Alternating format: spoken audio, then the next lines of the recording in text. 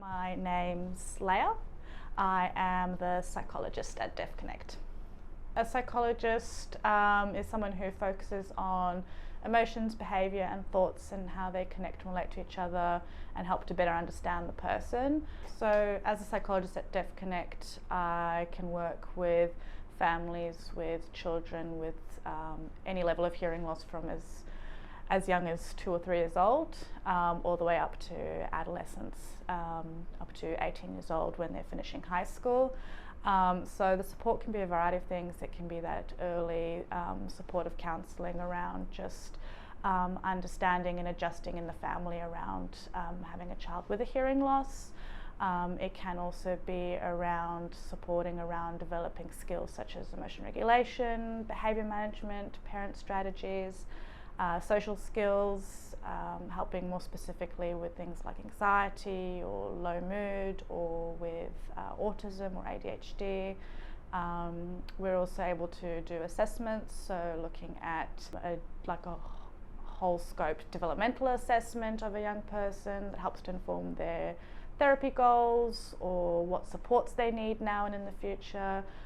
Also do cognitive assessments that can look at learning needs and what they're going to need from a school perspective as well. And also do assessments that are diagnosing autism and ADHD. I think that's everything. There's a wide range of things that we can do, but specialising with children and young people and those who are deaf and hard of hearing. Mm-hmm.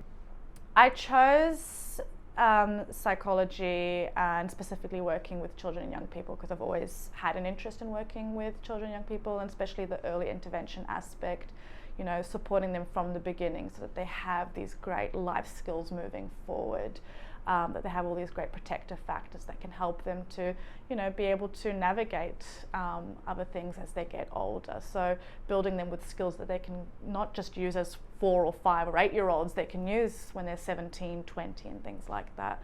So I've always liked that aspect with working with young people, and definitely really valuing mental health and how it just impacts every aspect of our lives.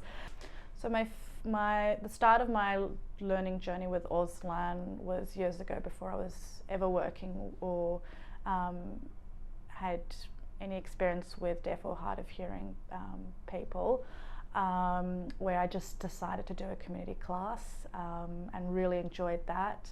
And then when I happened to come to Deaf Connect, definitely wanted to learn more to help with how I work with my clients, to be able to work, you know, more inclusively with deaf community families, but also even those who might not be part of the deaf community, but I saw the value of some of the Auslan for just their therapy as well.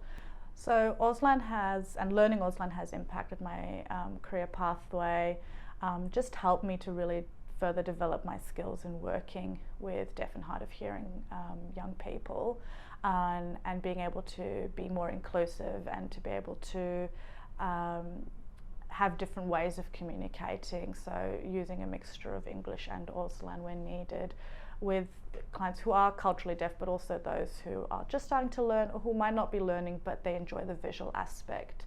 I found a lot of value in it, even just with my clients with autism who might prefer you know, not always having to have the eye contact or just that visual hands-on language, especially for clients where language and speech is difficult, so having that other form of communication, especially when we've got high intense emotions and things like that coming up. So I've really enjoyed that aspect of how it's kind of refocused my work in psychology. Yeah. I would definitely recommend learning Auslan just to anyone in the general public. It's just a great resource. It's definitely, you know, they always talk about how language helps to develop the brain. So I think it'd be great for anyone in the community, if you're getting older, you know, things like that. A great resource to learn just to keep our mind busy, but also just another really interesting language. You suddenly find yourself in a completely different community and different culture, even if, you know, you didn't realize that when you first went in. So it's a really nice different world to be in. From a health professional perspective, I definitely think it's important You know, if you're working in hospitals, often, you know, your clients might be waiting for an interpreter or someone to come in. If you just even have some basic Auslan skills, can make a huge difference to someone's overall well-being, but also just their comfort and their anxiety of, you know, being in an overwhelming environment. And from an individual therapist's role, there's so much need for, you know, allied health professionals, especially psychologists, to have some at least basic Auslan knowledge, but also just awareness and understanding of the deaf community, working with young people and adults with hearing loss, you know, and how it differs, how it's similar. You know, I think some people get scared to go into that world because they feel like it'll just be completely different, but there's so much that external allied health professionals could be helping if they just dip their toe in. Yeah.